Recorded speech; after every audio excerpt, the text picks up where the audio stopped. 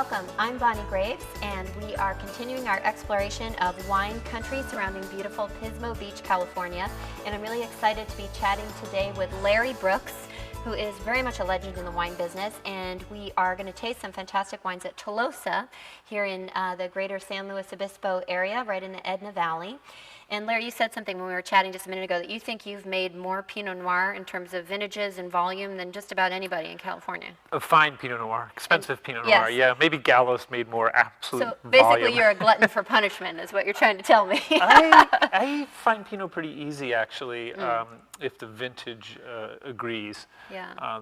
But Chardonnay remains a challenge, even Yeah. after 35 vintages or so. Yeah.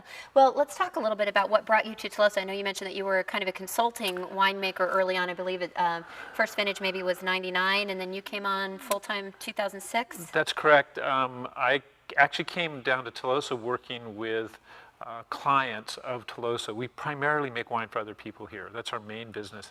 We're a custom crush facility. And a big one. Yes, we're a major player in that part of the business. Let me interrupt just a minute, Larry, because not everybody understands that. I think a lot of people who are wine enthusiasts assume that every single bottle of wine that they're tasting must have its own winery attached to it, when really that's quite the opposite. It's big money business to invest in all the winemaking equipment and the time, and so a lot of people go to use your phrase, the custom crush facility, where you kind of bring your grapes to a place where somebody with great expertise like yourself works with you to make that wine. So I think that's an important part of the business to understand. That's true, and even big wineries that might own several wineries, they might want to take a quick expansion and not want to build another winery. So we also make a huge amount of wine for the growers themselves, what in France would be called cooperative growing.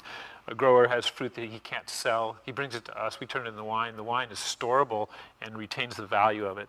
And then when the wine eventually sells, the grower gets paid for his fruit. We pay ourselves for our services. Which is exactly that sort of French model, particularly. And I think for, again, a little kind of insider tip for people interested in wine, that kind of, for lack of a better term, bulk wine. A lot of the wines that we see that are people ask me a lot, they're like, well, how do I know if it's a good $9 wine at Trader Joe's or something like that? And very often those wine values come from an experienced winemaker guiding the production of what could otherwise be just sort of bottom of the barrel, so to speak, which is an interesting that's project. True, that negociant type winemaking, which is a blend and bottle model, the wines already exist and you just pick and choose, and that's quite difficult. I've done that in parts of my career, and it's a learned skill, that blending. I think so.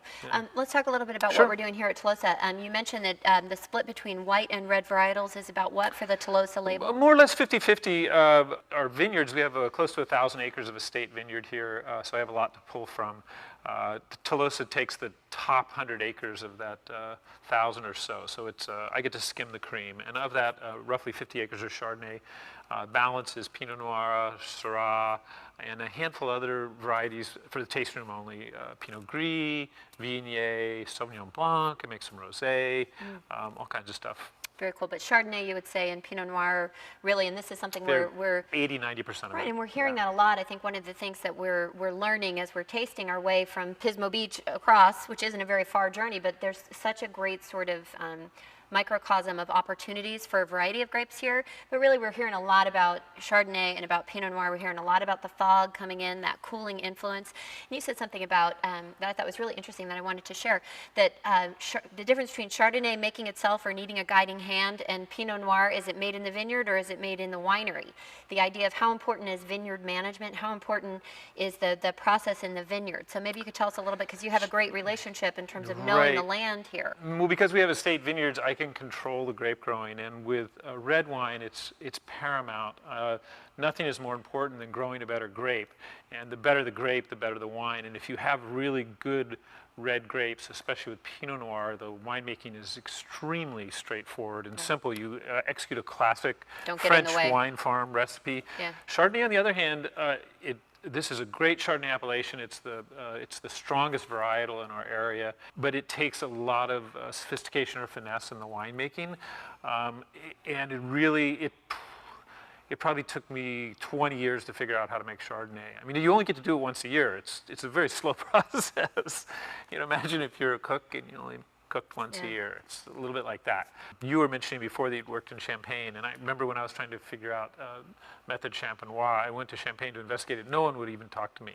I mean, they wouldn't let me taste any of the cuvées. They wouldn't talk about the I technique. speak French, and they're highly suspicious of me. It was all a secret. Where in California, people are much more open. Yeah. They know that even if I tell you exactly how I do it, give you the 100-page protocol, you're still going to do it slightly different. You're going to have slightly different grapes, and it's going to be different vintage. So, and I think not just in California, but even narrowing it further, one of the things about this area, and I've traveled very extensively around the world and certainly in other parts of wine producing California, but I think one of the things that really separates the Edna Valley, and by extension you mentioned Santa Maria, some of the sort of sister appellations that cluster around this area, is that collegiality, that sort of genuine warmth. Like you see winemakers, frankly, usually drinking beer together, not necessarily drinking wine. Not me, I'm not a beer drinker. But I think that there's that spirit of sort of collaboration that's very unique about this area. It's a very small area, and there's literally only a couple dozen winemakers in the whole area. Yeah. So you bump into them downtown, and so it's extremely friendly. Another thing I think that's important as a hallmark of this area, and we were talking about this earlier, so something important to mention.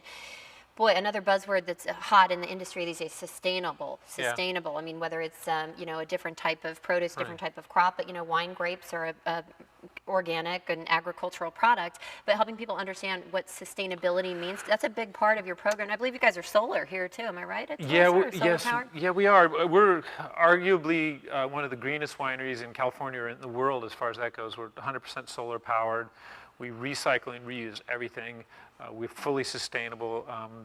The reason sustainability is spoken about so much here is sustainable wine growing started here in the Central Coast about 15 years ago as a worldwide phenomenon. The very first quantification, the growers got together with the regulatory agencies and with the university. So research, regulatory, and practitioners got together, and they literally a binder about this thick. There's hundreds and hundreds of protocols that you sign off on, and you self-grade yourself on how sustainable you are.